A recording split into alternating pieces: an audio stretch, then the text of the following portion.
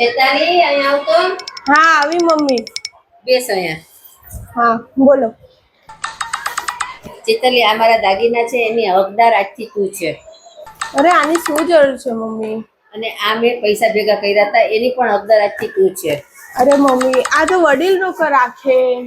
અને આ મારા જમીનના કાગળિયા છે એની પણ હકદાર આજથી તું છે. એની શું જરૂર હતી મમ્મી?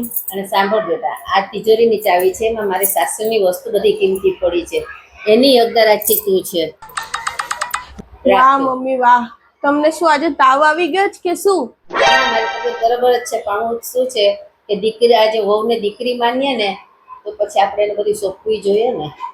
વાહ મમ્મી વાહ. તમે તો માં નીકળ્યા માં. હું તો સાસુ સમજતી હતી તમને.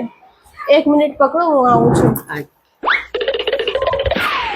હાલો મમ્મી, આમાં પૈસા અને દાગીના છે. આની શું જરૂર છે પણ રાખ તું. ના ના આ મારા છે, તમે જ રાખો.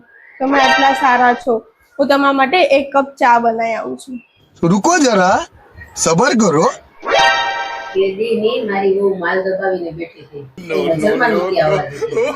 આજે મેં સીધી આંગળીએ કીધો એટલે કેડી કરી અને એની પાસેથી બધો માલ મેદાન દાગીને કઢવી લીધા. સાસુ છે ને એની.